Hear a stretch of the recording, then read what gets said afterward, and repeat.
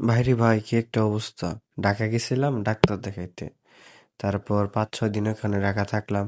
তারপরে আসার পরে দেখি লাভের চারাগুলা টিস্যু পদ্ধতিতে রাখার পরে ওই চারাগুলা বড় হয়ে গেছে আর পাতাগুলা একবারে হলুদ হয়ে গেছে। এখন গাছ হবে কি হবে ওটা জানি না, আল্লাহ ভরসা। তাই মাটি প্রস্তুত করে নিলাম। মাটি প্রস্তুত করার পরে মাটির অবস্থা খুবই ভালো। ওই যে পোকাগুলা দেখতে পারতেছেন, মাটি খুব ভালো। আগে থেকেই 5-6 দিন আগে থেকেই সব রেডি করে রাখছিলাম। তারপরে যে চারাগুলো আছে এখন একবারে শিকড় টিকড় লাগিয়ে গেছে। দেখি হয় নাকি চারা। সবকিছু রেডি তো করা লাগবে, আল্লাহ ভরসা সবকিছু।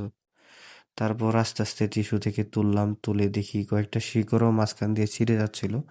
তারপর অল্প একটু জায়গায় অনেকখানি লাগানোর চেষ্টা করলাম আর কি। তো দেখি কি হয় না হয়, আপনারা সবাই দোয়া করেন। আমার অবস্থাও তেমন একটা বেশি ভালো না। তো যাই হোক, দেখি এখন লাউয়ের চারাগুলো হয় নাকি, তারপরে লাগিয়ে দিলাম।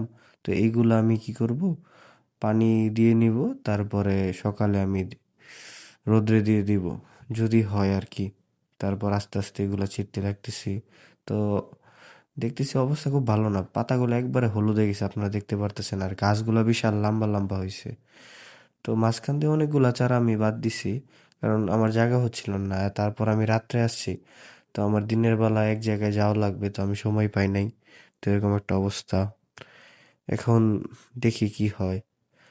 যাক, আপনাকে পরের আপডেট জানাবো এভাবে কি আমি গাছের পাতা, মানে গাছগুলা, লাউয়ের চারাগুলা বাঁচিয়ে রাখতে পারছি। পরে থেকে কি হয় না হয় আপডেট পেতে আমাদের সাথেই থাকুন। ধন্যবাদ। আসসালামু আলাইকুম।